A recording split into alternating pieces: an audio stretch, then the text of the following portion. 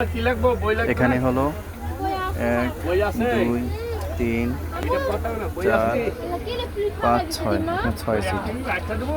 এরপরে এই এক লাইন, এই 6 সিটের এক লাইন, পরবর্তী 4 লাইন করে, মানে 4টা করে সিট।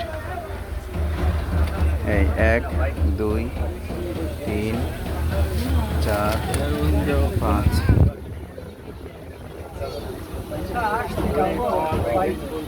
6 7 8 9 10 11 12 13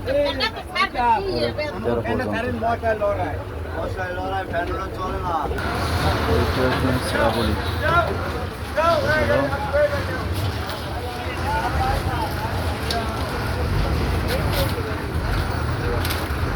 বরগুনা ব 11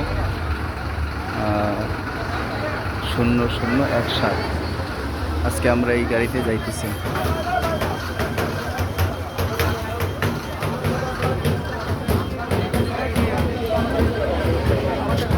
এই গাড়িতে সিট হলো কত?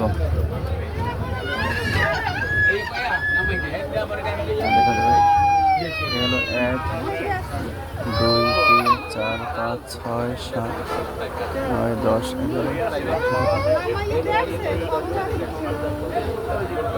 1 2 3 4 5 6 7 8 9 10 11 12 13 14 লাইন।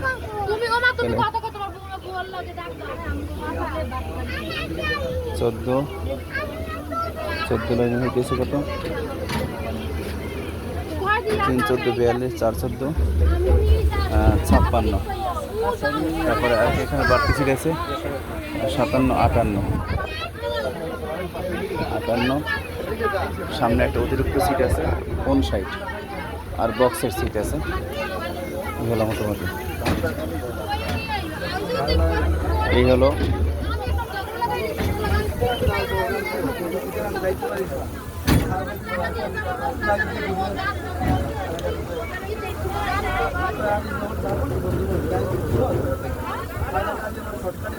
এখানে আছে ABCDEFGHIJ, অর্থাৎ 1 2 3 4 5 6 7 8 9 10, মানে 40 সিট, আর মাঝখানে হলো 41 সিট। আর এখানে আসছে 59 সিট। এখান থেকে আসতে পারে 18টা সিট বেশি আছে। এখানে যে সমস্ত যাত্রীরা আসছে সেই যাত্রীদেরকে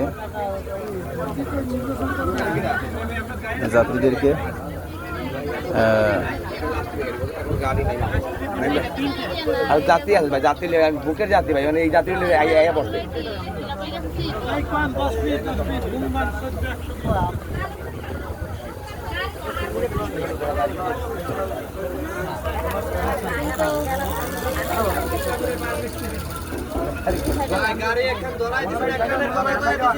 এরপরে আমরা যে সারা 1000 টাকা ভাড়া নিচ্ছে, এই হলো 1000 টাকা মোট টাকা। আপনার কি মানুষ মনে হয় গাড়িতে দেরি করছে কি মানুষ মনে হয়?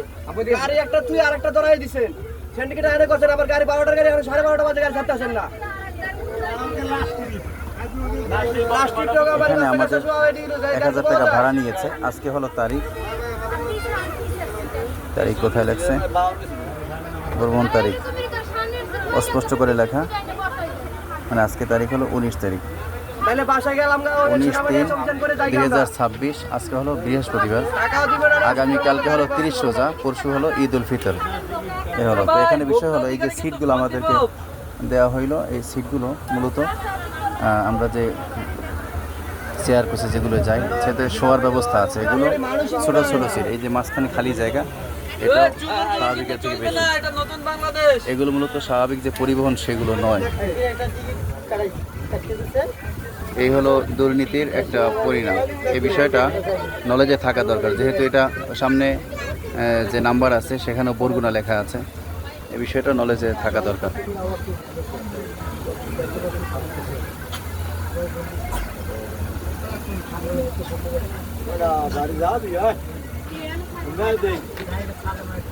এই হলো পরিস্থিতি। এই যে দীর্ঘ 6 ঘন্টা 7 ঘন্টা যদি এভাবে এই সিটের মধ্যে যাওয়া হয় এটা কতটা কঠিন। এই যে একটু দেন আলোচনা করি।